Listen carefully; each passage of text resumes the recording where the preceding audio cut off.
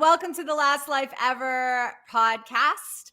I am one of your hosts, Jillian Sidoti. With me today, as always, is my co-host and founder of the Last Life Ever podcast, Jeffrey Holst. Jeffrey, how are you doing today? Co-founder of the podcast, actually, but I'm doing very well. You also are a founder of the podcast. I may have started the Facebook group, but I did not start the podcast without you. This is true.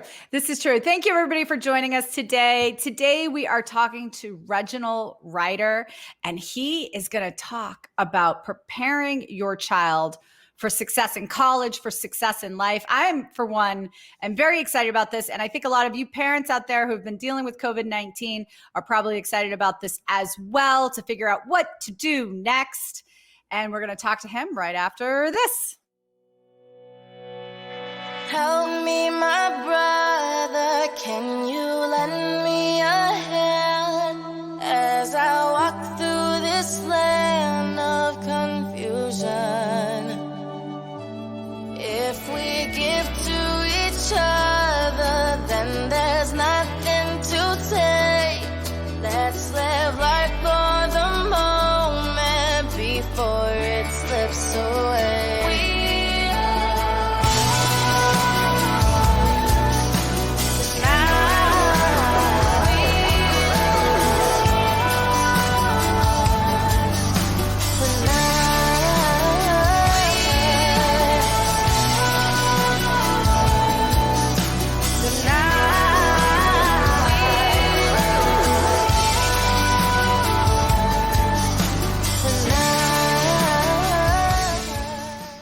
Hello, and welcome to the Last Life Ever podcast. Reginald, thanks for being here.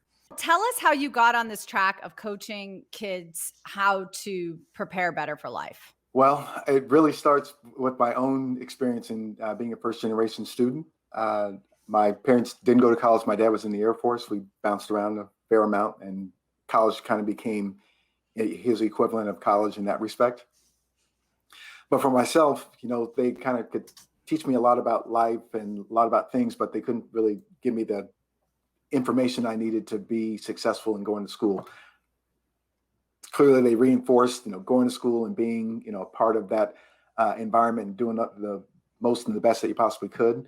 But college was a whole different ball of wax. And so, through trial and error, I kind of figured out how to do it with some help from administrators and kind of people who took up some time with me in that regard. I graduated college, and I ironically enough, had an experience in my senior year of college that led to me working in the admissions office where I went to school. I went to school at Ball State University in Indiana. And so I really made it a point, beside from giving them the kind of need to know about the admissions process and everything else, I felt like I needed to give them the kind of need to know about how to make sure the experience that they were going to get in college was going to be the most that they could take advantage of. And in turn, started offering these kind of lessons to students in the admissions process, and it kind of resonated. And then I went to a student services role thereafter in another college, another institution, and really got to put some of these things into practice. And in doing so, although I was kind of using a book in some respects as kind of a reference, I was using my own experience as really my primary point of reference in relationship to that. And so it just kind of resonated from that. And several years later, decided to create Thriving Life Coaching, which is what my business is.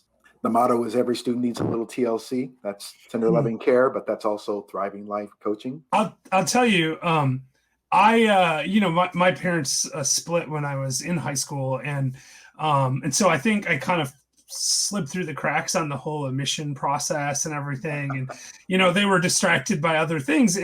I felt like I was very confused as to how to get into college. Like, I knew I wanted to go to college, and I knew I wanted to do that, but like, I just didn't know exactly what I needed to do. I mean, we had guidance counselors at our high school and stuff. And fortunately, I went to a pretty good school, which helped, right? There were people there that could help. But I feel like, looking at this sort of with the long view, it would be very difficult if you didn't have that sort of guidance, right? Like, I think that would be easy for someone to fall through the cracks. They might have the ability to go to college and the desire to go to college, but literally not know how to figure it out. I agree. And it's interesting. I think there's an inordinate amount of time and energy and effort and money, resources, the like that are put into getting into college. That's it's not an easy process. There's no two ways about it. And there are 3,000 schools in the country, so clearly there's kind of room in the end for everybody.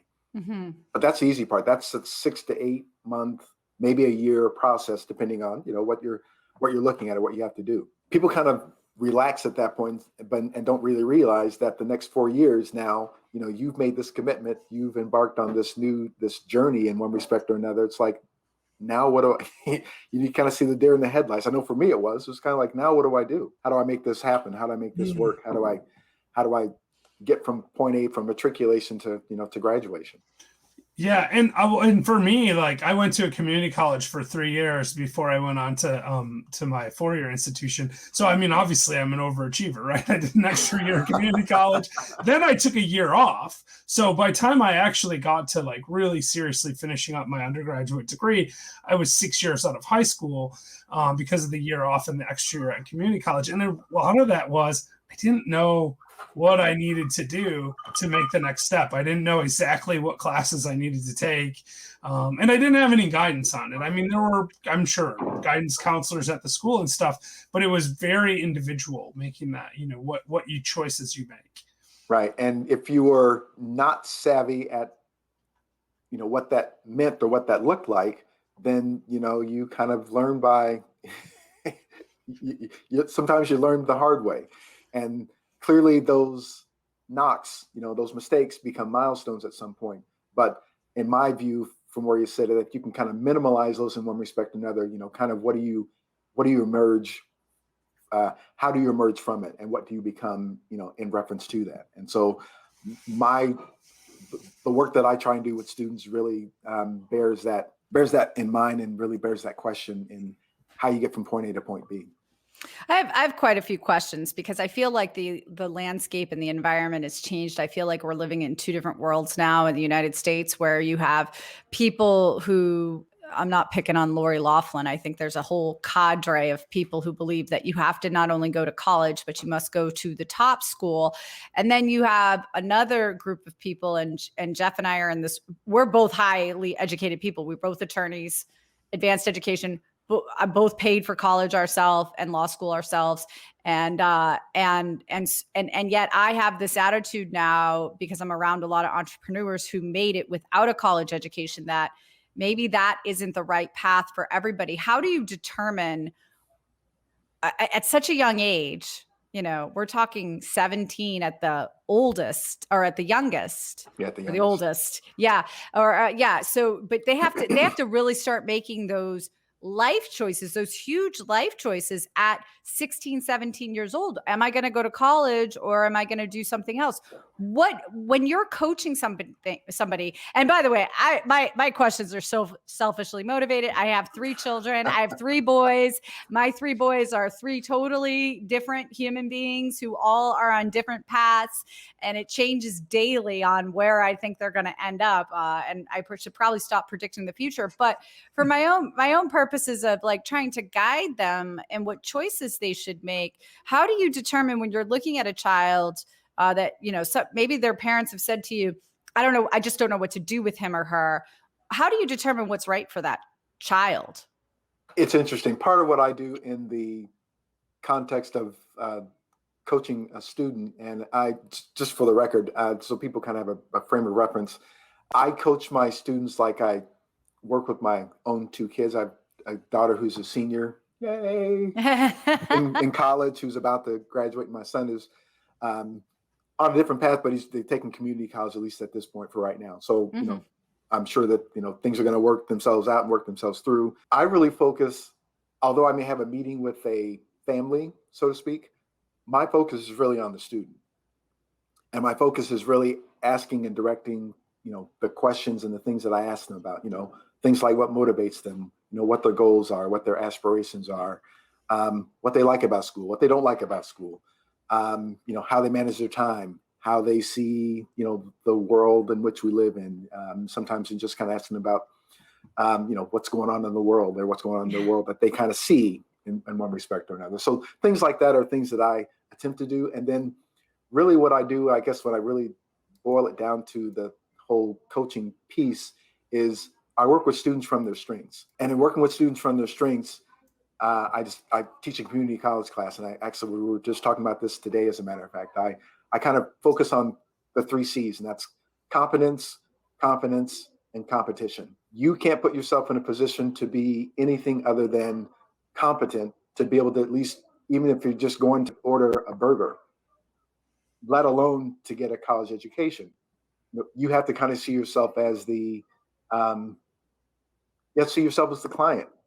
You're a client of the institution that you're about to go to, and you're paying them money in one respect or another to get a service. You should get everything you can out of that experience, from the resident assistant that's a student, to the resident director, to the bursar, to your professor, to anybody and everybody there. They are basically at your ever beckoning, should be in effect, at your ever beckoning call. But once you're there, you start from ground zero. So it's almost the rebranding of yourself from whatever you may have been and are from high school to college. You're a blank slate. No one really knows, anything about you other than, kind of what they can see. And so the chance to really kind of take off from there is, I think, one that they should take advantage of. So that's the first thing. So, but in doing so, you got to tell people what you know. So confidence then comes to play. But you can only be confident about the things that you are confident in.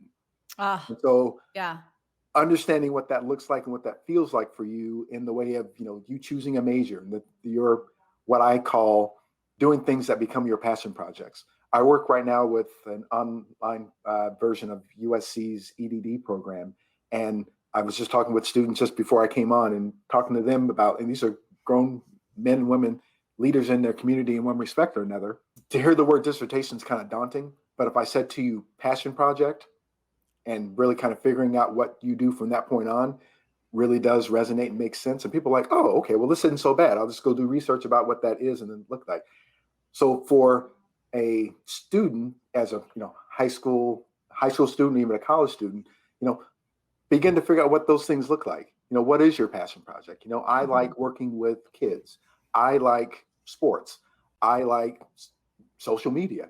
I like whatever it is that you like. How can you develop that into a way that it can become monetized? And what can you also learn about yourself that you then can translate into something that makes you, for lack of better words, irreplaceable to a job or institution or entity of one sort or another, to show your worth? Because ultimately what you want to do is you want to be able to compete. You want to be able to get the best of whatever the best may be. Maybe it's the best job. Maybe it's the best working situation. Maybe it's the best location for the place that you want to do, or it's being the best service provider that you possibly can be. Those are things that I try to get my students to work from and resonate in, so that they can become, who they're destined to be. I actually want to bring up this comment from one of our watchers right now, because I think you kind of started going in this direction. One of my son's biggest complaints is they started in 6th grade asking him what he wanted to do and where he wanted to go to college. What would you suggest to the younger kids that are encountering the same thing and feeling cornered? I mean, my 7th grader, I have a 7th grader who feels the same way. He's just like, I don't know what I want to do. Right now I want to be a YouTube star and play video games. Right. That's a hard question, because there are some students, and I think there are people on a continuum. There are people who clearly kind of know. I mean, you talk to, some athletes or performers or singers or any vocation. They say, I know I wanted to be X when I was, at a certain age. Nothing wrong with that. But I think there's everybody else, and I'm included in myself in that everybody else, and that I didn't really know.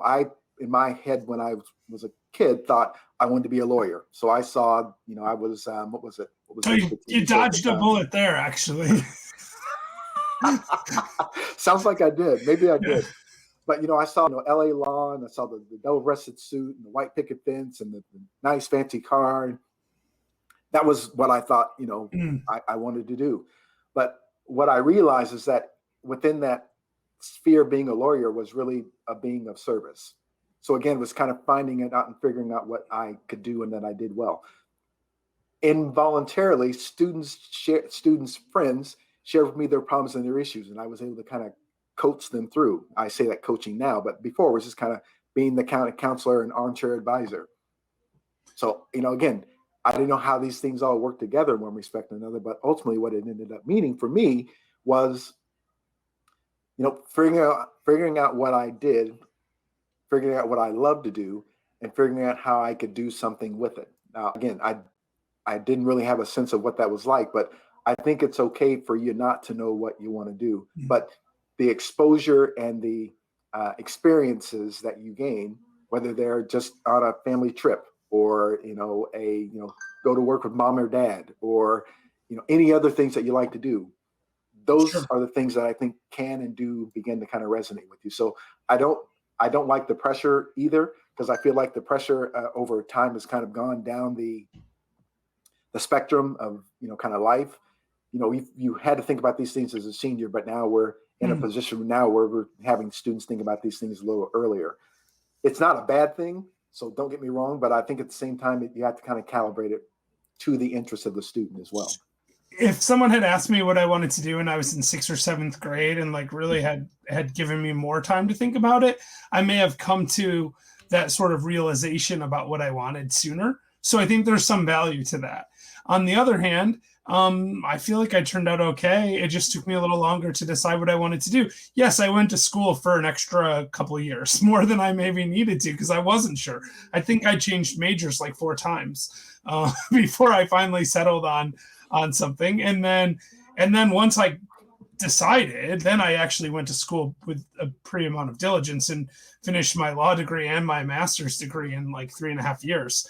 So, I just kind of crammed everything in at the end there, but I didn't know what I didn't know, right? I mean, it took me a while to figure it out. And then once I did know, then I was able to pursue it directly. And I don't think that was necessarily wrong.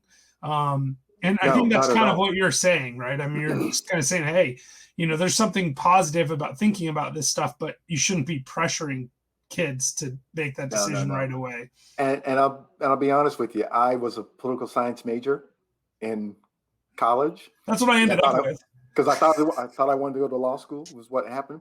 But what ended up happening was that I was a resident assistant in my residence hall for 2 years. And by virtue of that, I learned a lot about the institution kind of by default, just because of the nature of the role that I was in. The way that I ended up working in my admissions office, honestly, was because I went on a couple of trips, yield trips for students who were looking to come to the college or the university.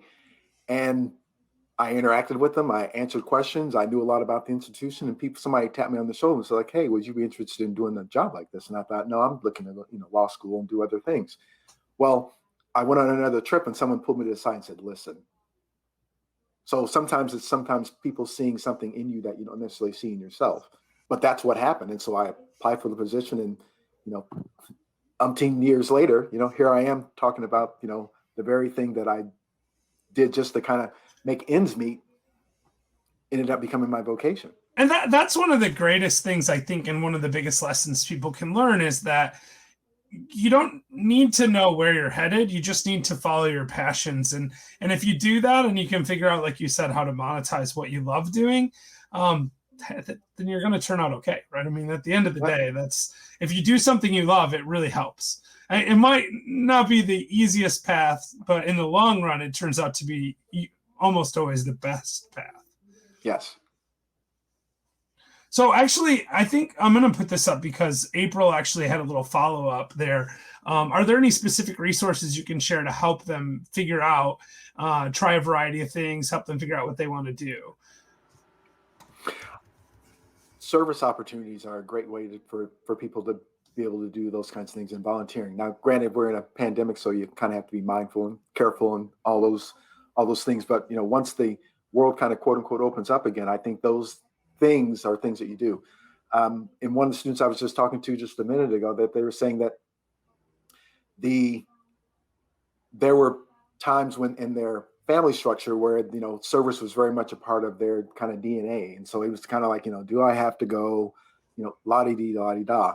But what ended up happening was that he realized after doing whatever level of service that he was doing, that he had a knack for working with people and wanting to serve others. And I think 9 times out of 10, that serving others piece, again, is what you look to then kind of work with.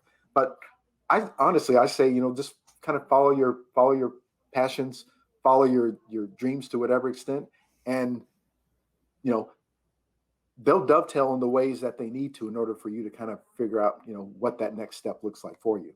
What about you, Jillian? Do you agree with that? You think you just follow your passions and everything works out?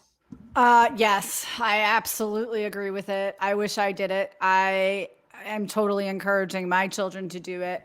I feel like a lot of times when we're that age, we don't know what our passions are. We kind of like go, I think this is my passion. I'm just going to get really excited about it and just do my best. And then you find yourself to be 43 years old and wish you never did that. I mean, what? Wait. Are you saying that it was a mistake to go to law school? A little bit. Yeah, a little bit. Yeah. No, I feel that sometimes too, but like the truth is I didn't love being a lawyer, right? Like, I mean, I am a lawyer. I'm glad I don't have to do that work anymore, but I don't regret having gone through that process because I learned a lot about myself. And, this is something I think about a lot. I think there's a growth that takes place when you're in college, whether it be undergrad or into grad school, that it's hard to get anywhere else. Yeah. And it's really good for you. Yeah. I feel like I am, there's just a lot of, if you have a dream and you feel like your child is expressing that dream, you should do everything possible to encourage that dream, so long as they're actually following it. Like, my fear is like, you have a child who's like, I want to be an artist, but really I'm just going to sit around all day and play video games, right? So you want to make, like, I have one of my sons, I could see saying to me, I want to be an artist, but this kid is constantly creating stuff. He's constantly finding things around the house and putting them together and making art out of them. So I would buy that premise of him wanting to be an artist and really being good at it and thriving at it and learning new things. So that's another thing too. The same trouble, I say all those positive things about that child. The negative thing I'll say about that child is he is very guarded with failing. He doesn't want to fail. So he's not exactly willing to not only take risks, but to learn something new. He just kind of wants to figure it out. And if it works out, great. If it, so there is an element of like discipline there that I think if they're going to follow a passion that is off a traditional path, or they want to be like, an artist or a musician or whatever it might be, then to me, what you absolutely have to do is encourage them to get better at their craft and constantly improve at their craft. I have to agree with you on this. I wish my parents had encouraged me to get better at Nintendo. I really wanted to be a Nintendo world champion when I was a kid, and I was playing Nintendo all the time. And they just kept going, do your homework. Don't play Nintendo all the time. Oh my God. You're awful. No, but Jeff, I mean, I actually do agree with you. Jeff, I mean, look, I'm here for you, man. I can help you out with this, okay? Appreciate it. We can figure a few things out. The problem is my video gaming skills are stunted because I stopped playing video games in the 90s, and the stuff now is too complicated for me. It's got but you put me on an Atari game, I can kick someone's rear end. I'm there. Yeah. I'm there with you. I can do that. I can do that. Oh, look, Veronica has a question for Reginald here. So what skill would you say is essential for student success? To me, the biggest essential for student success, time management. If you can manage your time, even now as a high schooler, as a middle schooler, in the small ways that you kind of have to, but ultimately that you'll need to by the time you get to graduate school and law school or anything else. I can tell you, if it meant studying for 30 minutes at a time, I would have probably been, they would have probably nixed me. But I got to the point to where by the time I got to graduate school, I could study for an hour and a half and could almost tell you, verbatim what I learned and what I needed to gain from it. So time management is like an academic, it's almost like an academic muscle you're building if you were doing it, in equivalent to a weight room. If I told you to carry 900 pounds, you'd say, I can't do that. That's virtually impossible. But if I told you to carry 90 pounds 10 times, you could. Right. And so I think what you basically have to do is to kind of figure out your time-wise in the way of priority, in the way of planning, in the way of how you process information, is understanding how that works for you, and then ultimately being able to apply that. And again, it'll go back to those 3 C's that we talked about: competence, learning what you need to know; confidence, being assured of it; and then being able to compete. But if you can manage your time in that regard, there's 24 hours in a day. And I want you to think about this for a minute. 24 hours in a day, 168 hours in a week. As a college student, if you have 12 hours worth of 12 credit hours, you're required to study 24 hours. So a total of 36. 36 hours is still only about, by the time you conclude class time and homework, it's still just over 20% of your time. When you break it down like that and you say, well, that's a long time, that's a lot to study. Yeah, it is. But when you put it out over the span of what I do for my students, is I recommend this as well, is 6 days you work, you take 1 day off, decompress, do your own thing, figure that out. But that 6 hours that you're in, you chunk it over a span of 30 minutes. Maybe you're only able to study at a time, 30 minutes at a time, and really be kind of put the blinders on, Focus, phone out of your focus. Exactly. No, Instagram and buzzing and your phone or anything else. You put it in another room in another place. 30 minutes, start there. Well, it would be impossible for me to be in college now. I don't know how anyone does it. Like when I was in college, we didn't have Instagram on my phone buzzing constantly. AIM Instant Messenger almost caused me to drop out of law school. And that was just Instant Messenger. I don't know what I would have done if I had a smartphone. Jeff and Jillian, I tell students all the time, and I teach a community college class where I teach a college student success class, and I tell them, I was like, okay, do me a favor right now, go to your phone, look at your screen time, cut it in half, add that to your study regimen. Where would you be? I'll tell you right now, one thing that's helped me tremendously, and I'm not a student, I have terrible time management. And I especially have terrible time management now that I sold my business and have. It's terrible how that happens. You have more time and it's harder to manage your time. Oh no, it happens to me all the time. I have all the time in the world. I could just, wait a minute, I don't have any time. But I put this thing on my phone and I'm trying to find it now for any students or just adults out there that, have a hard time focusing because social media is such a distraction. I have and I'm not going to show you my time of use, but I have a thing called Stay Focused app, the Stay Focused app. And you can literally on it, you can block certain apps for a certain periods of time. You can block it out for ranges of time, for hours and minutes of time. So it's free app, guys. Stay Focused app. Try that out if you're having a hard time focusing. That's a good one. I'll have to check that out. I don't like the idea of staying focused, but I should. So there is that. But hey, listen, so this has actually been great. Jillian, do you have any more questions before we ask the famous final question? I don't. I thought this was wonderful. Thank you so much. I'm going to definitely try to help my children start, doing time management. I was literally in my head thinking, okay, how can I get my kids with better time management skills and teaching them that better habit? Before we ask the final question, I'm glad that they put your book up here on the bottom of the screen. I want to ask you about this. So you wrote a book, Passing the Baton, a guide and memoir to college success. Tell us about that. When did you write it? What's the here's the book.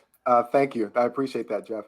I wrote the book I started writing the book June 2019. I went to my company meeting and a couple of people I talked to had inspired me and suggested that I do something like this. And I thought, all the nevers, never done it.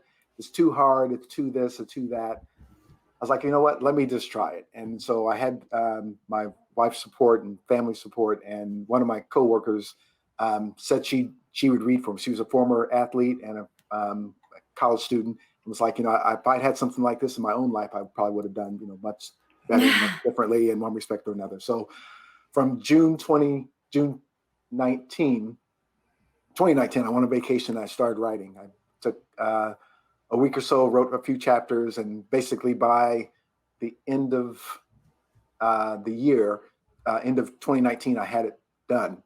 I need better time management. I started writing my book in June of 2019, and it's nowhere near done.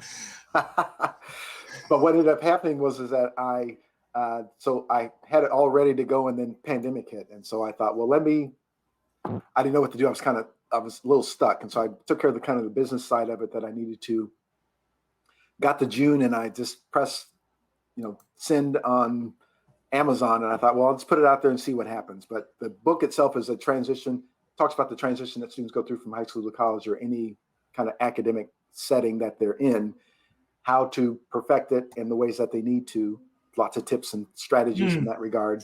And it's kind of interwoven within a narrative of my own story as a first generation student, as a practitioner who taught students how to do this, and now a professor who teaches. Yeah. Well, it does seem like it would be incredibly useful. I wish I'd had something like that, and I probably would have saved a couple of years of college out of that. So great. Yeah. I would encourage, and they can buy it on Amazon. I assume it's still on there. Amazon. You can buy it on my website. If you buy it on the website, I'm happy to sign it. Excellent. For all those who do so. All right. So, and your website is actually your name, reginaldryder.com, correct? Yes. Yeah. All right. Great. So, all right. Now to our famous final question. Are you ready? Are you excited? I'm ready. All right. And because you're such a huge fan of the show, you probably wrote out a prepared answer to this question already, and that's completely understandable. But Jillian, do you remember what our question is? It's famous. What does it mean to live your last life ever? Well, the best version of your life. The best version. Ever. Oh God, I'm sorry. See, she doesn't know our question. I put her on the spot and she can't remember it. So what does it mean to live the best version of your last life ever? I think it really boils down to kind of the theme that we've been talking about, and that's really understanding and knowing what your passion is. And yeah, I think there's a way of being able to monetize it, and then clearly, to make a living for yourself, and to be able to take care of yourself in that regard. But when I really boil it down, I think it's about service to others in a way that allows you to leave a legacy. There have been students whose lives that I know that I've touched, or who told me that I've touched their lives in ways that have a multiplier effect. It's not only how it affected them specifically, but what they were able to do with that, and now how it has blossomed into other people's lives, their kids, their spouses, their community in one respect or another. And so for far too long, I sat on this gift that I'm now, sharing with you all on this podcast. And so, I can kind of kick myself for not doing it, but I'm also at a point where I'm able to say, doggone it, I did it. And I didn't let anybody or anything get in the way of it. So that's it. You heard the answer, Jillian. We now know the mystery to life.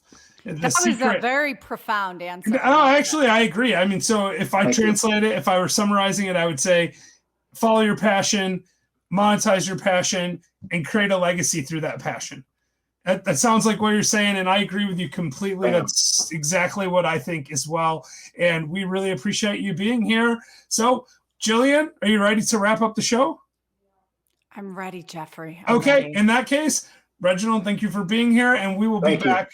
Thank you for having me. Yeah, you're welcome. And we always enjoy meeting new people. So hopefully we can stay in touch. And we will be back to wrap up the show right after this. Go!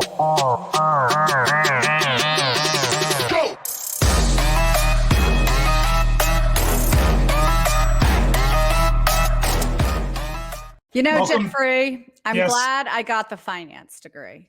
I am glad I got the finance degree. I find that the finance degree has been very useful in my life. I can believe that. I'm actually glad I'm taking finance classes right now. I have an MBA, and I focused on econ in my MBA. I don't know if you know that. Took the minimum amount of accounting because I hated that stuff. And then I took a little bit more finance, but I don't remember much of it from back then.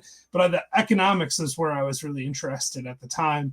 I even took like economics for lawyers and stuff because I'm weird like that when I was in law school. But the finance stuff that I've been taking now, super helpful. Don't regret it. No, yeah. So I feel like if I was going to encourage my children to go to college and they were like, I don't know what to do, I'd be like, look, just get into finance, take all the basic business, courses that you possibly can, and then figure it out later. And Yeah, but you can always go back and get a master's in something else. yeah, and I will say this though, the one thing about business classes is if you do think that you're going to want to work for yourself or you're going to want to work for a corporation, so basically you want to work, period, like either for yourself or for someone else, right? Like, business is going to be helpful in that. I mean, we talked about that with David Liebetard when we had him on, talking about creating art and about the business side of art and how he thought that was what made it so he could live off of his art, right? Like that's monetizing your passion. I mean, that's exactly what he was talking about. No, I mean, like, and it was funny because I was recalling the David Liebetard interview the entire time we were talking to Reginald, because that is what he did. He followed his passion. He had parents who were super supportive of his passion. Yeah, he just kept doing art, right? More and more. Yeah. And his brother kind of did the same thing, right? Like Dan Liebetard, who has an ESPN show. He's a sports show on ESPN. I don't even know if you know that or not, but I did know that. Yes. Yeah. But I think so. Their parents must have had something smart going on to get their kids to follow their passions like that. Yes. And I do think there's something really, really valuable about that, and I talk about that a lot as well. In my life, I didn't know what I wanted to do, so I just went to law school, and it took a while to figure it out. I should have just stuck with watching late night television infomercials, because that's where I found my passion. Carlton Sheets. That's how I found my passion. Carlton, oh my God. So for those of you that don't know, I think this is a good little story time, and we'll end the show with this. Jeff and I are like basically the male and female version of the same person a lot of the times.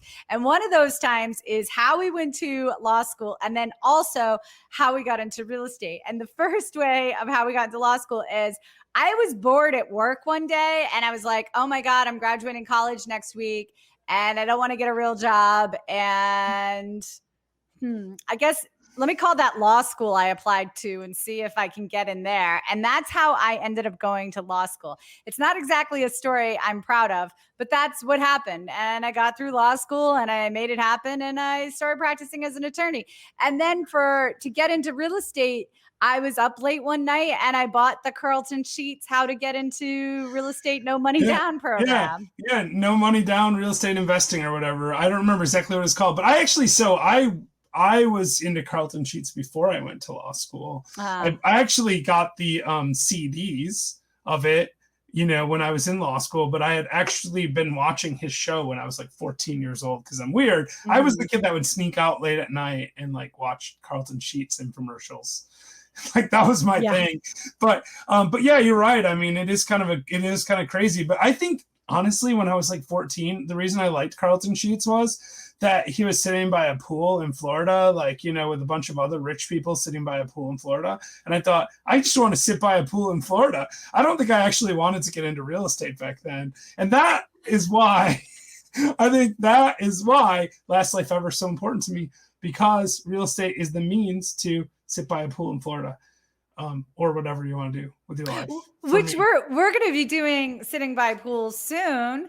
I'm sitting by the ocean. I'm sitting by the ocean. If we're going to be in Puerto Rico, I am definitely going to be drinking virgin pina coladas with no calories.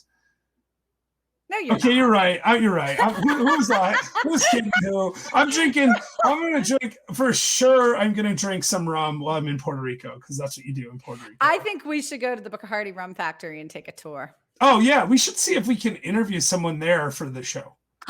That's a great idea. That'd be so fun. Like, let's try to set that up. If anyone knows anyone who works at the Bacardi Rum Factory, tell them that Jeff and Jillian are en route now. We'll be there. It's going to take us like a month, but we'll get there a month from today.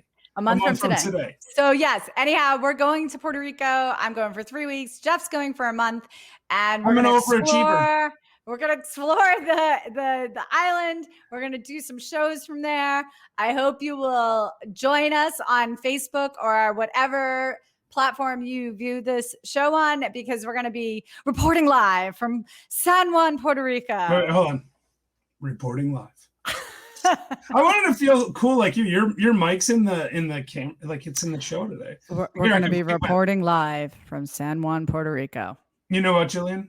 I have What's to leave that? now. We have to end the show. We have to end the show. Bye, everyone. Wait. Yes. Yeah. Make sure you remind them. Oh, we want to remind you to live the best version of your last life ever. Bye.